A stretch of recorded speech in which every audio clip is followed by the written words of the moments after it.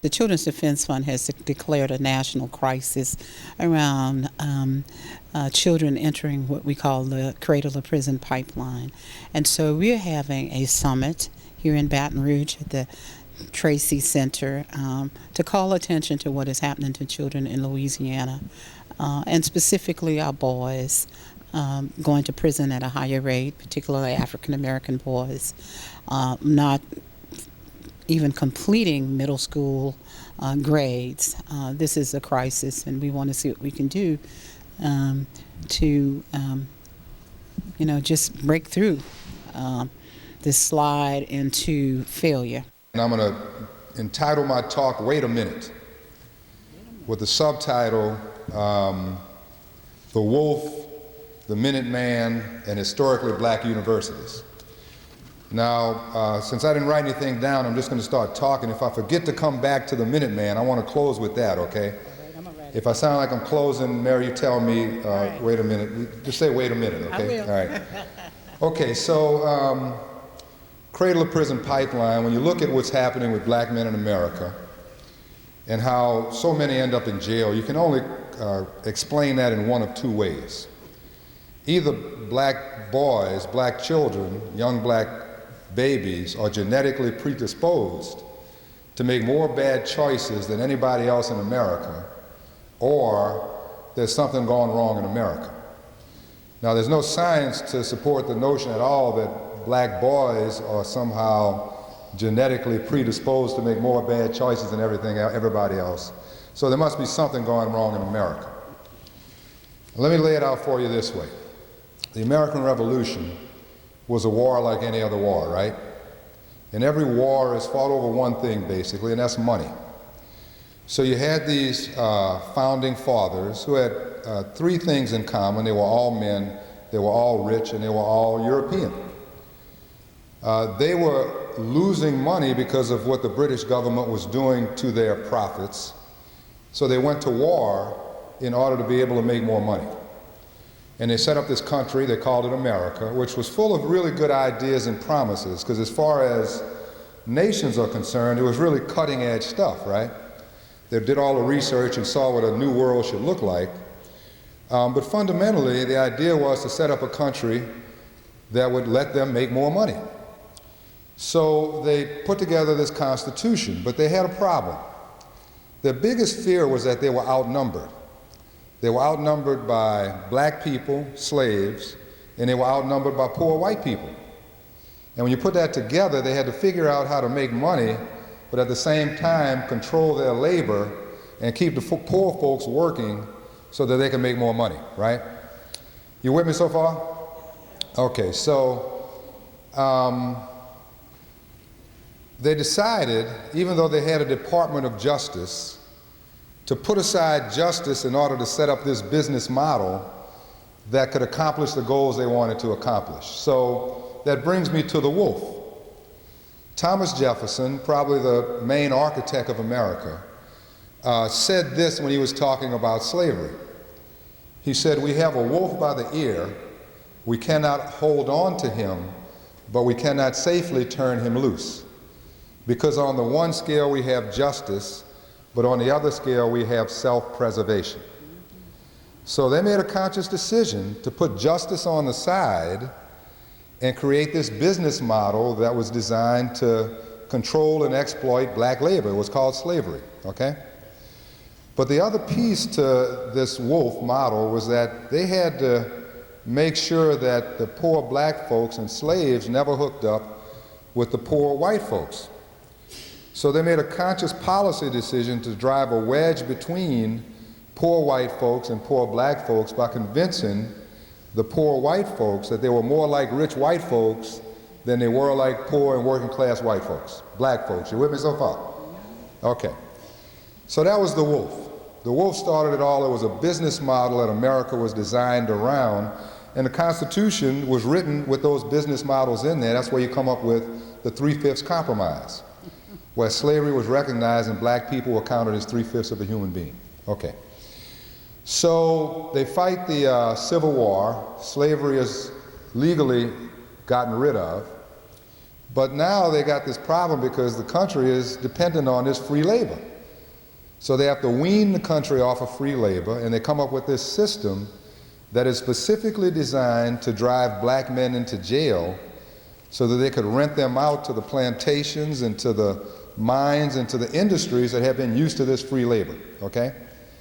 And this new system was called Jim Crow. And it did exactly what it was designed to do. It put black men in jail so they could rent them out to businesses that had been used to slave labor. And at the same time, government policies perpetuated this illusion in the minds of white folks that they were more like rich white people than they were like poor and working class black people. Then through civil rights legislation and so forth, Jim Crow goes away. But another thing comes up that is even more effective at driving black men into jail. And that's the war on drugs. If you look at the way the war on drugs is designed and implemented, right, with pretense traffic stops, differential sentencing depending on which drugs are used by poor people or rich people, you end up looking at the kind of statistics you see today, which is in Louisiana, 74% of the people in jail in Louisiana are black. And of that 74%, over 90% are men. And you can look at that kind of data all across the country, and it's basically the same picture. Now, that is not an accident.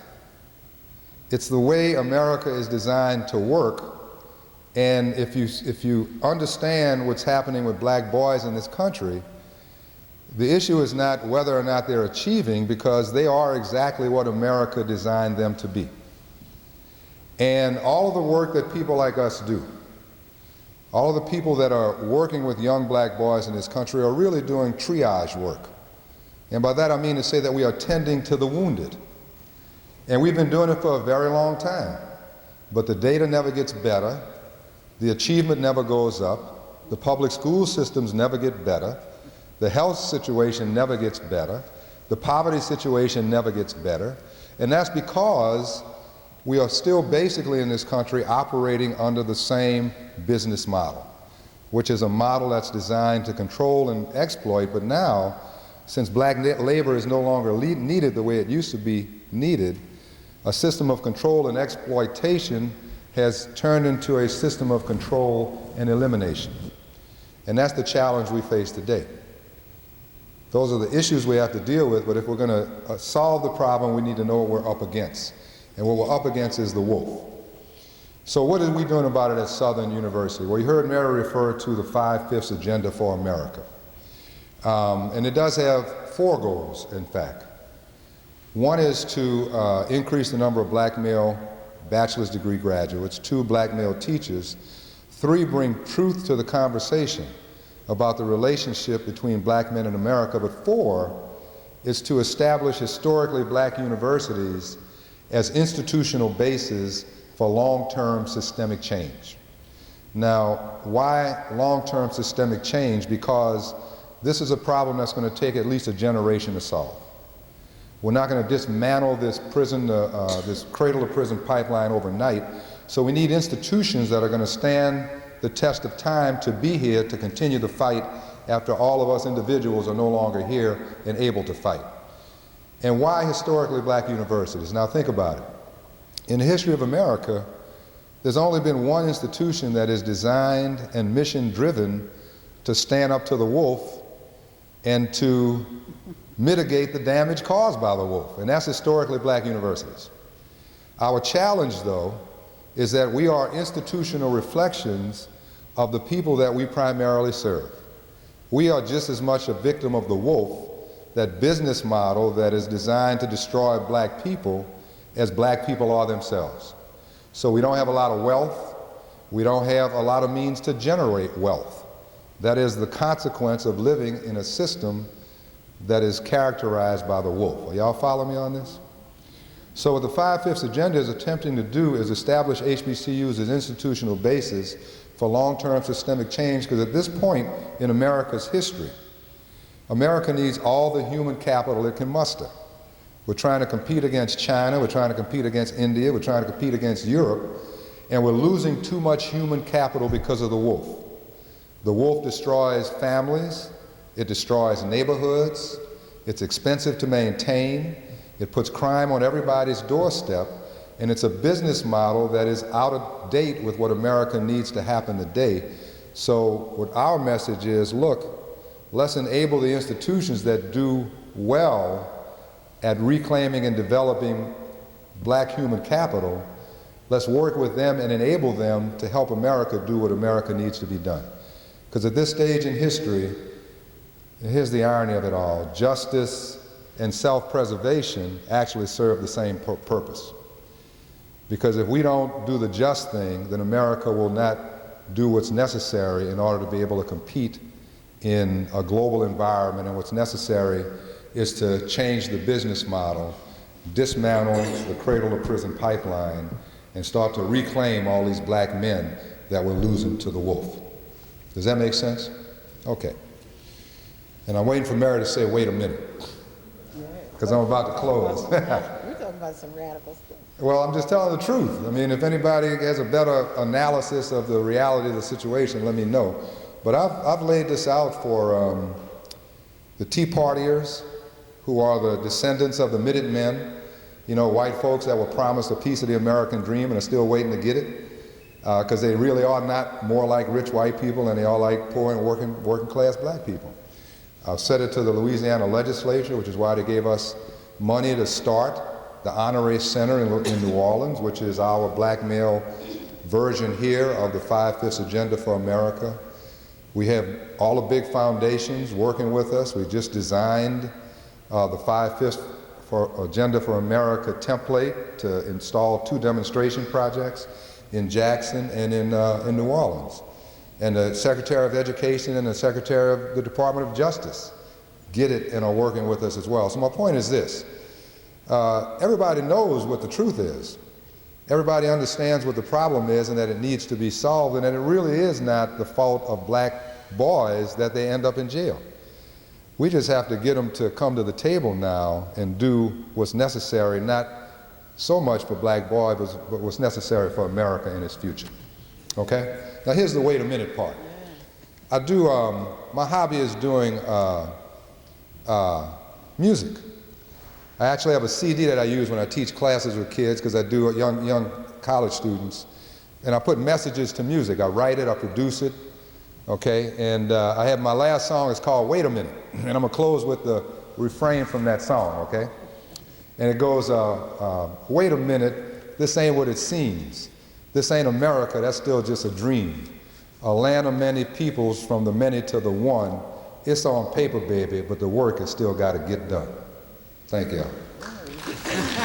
The people across Baton Rouge should know that these issues are right here in their front yards, their backyards, they're at their corners, they're in their schools, they're everywhere.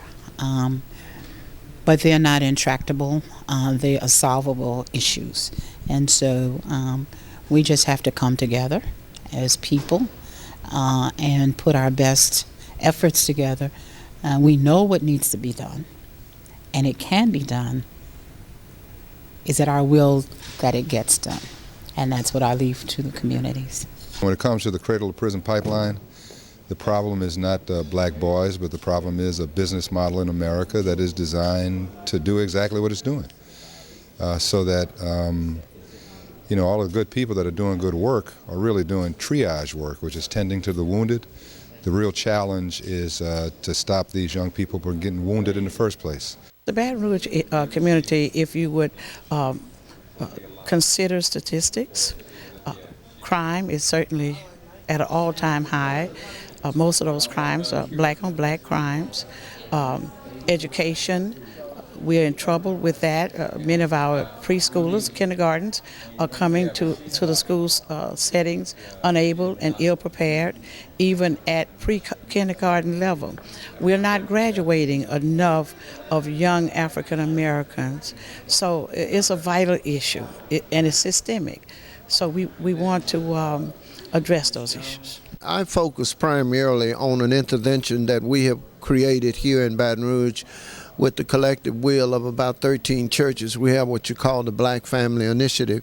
And in that initiative, we are actually counseling juveniles that have been adjudicated, and we're trying to keep them from graduating to be adult criminals. We're also providing parenting training because, as you know, 69% of our families in the state of Louisiana are headed by single-parent mothers, and that 55% of those didn't complete high school and they are unemployed, 67%. So we have to find ways that we can put our arms around these fragile family units so that that child that's in the home can develop to his or her greatest potential and be contributing members in our society. We have to keep kids in school and out of prison.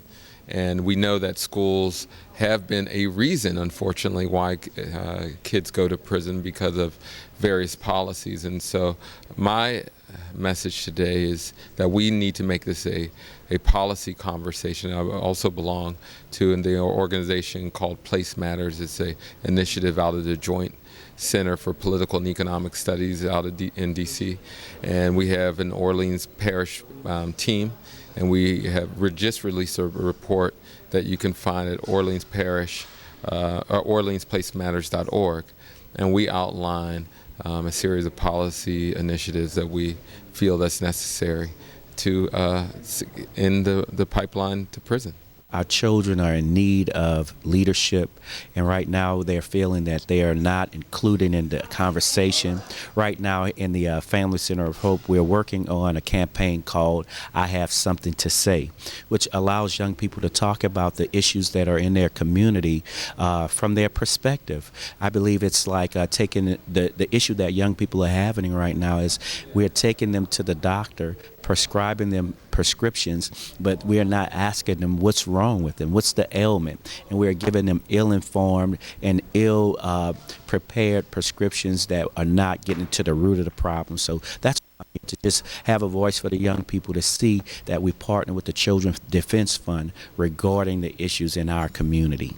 There's a big problem, but we need to figure out how to scale it and how to do it with some sense of manage it so that it doesn't get consumed in it and we don't become depressed in the work we do.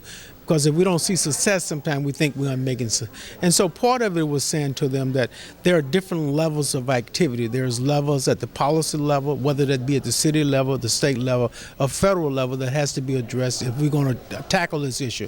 There are policies as it relate to school and school access, behavior within school. All these issues are critically important and we got to be on watch for them, but everybody may not be on watch for them.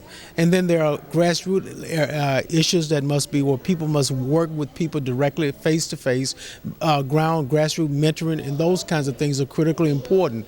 And it's only when we recognize the big picture and all the components of it will we begin to see how massive the issue is and begin to scale it and then get us ready to do the work.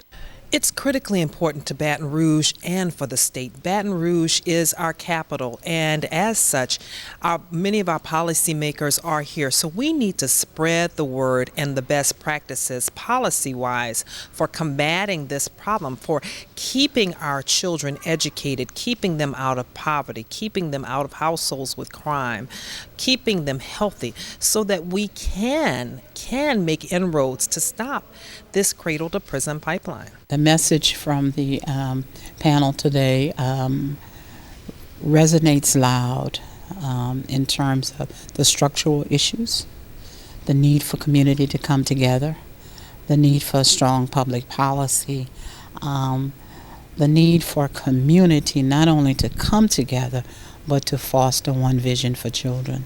And I think that's what we leave here with, is that we've got to statewide foster one vision for all of our children.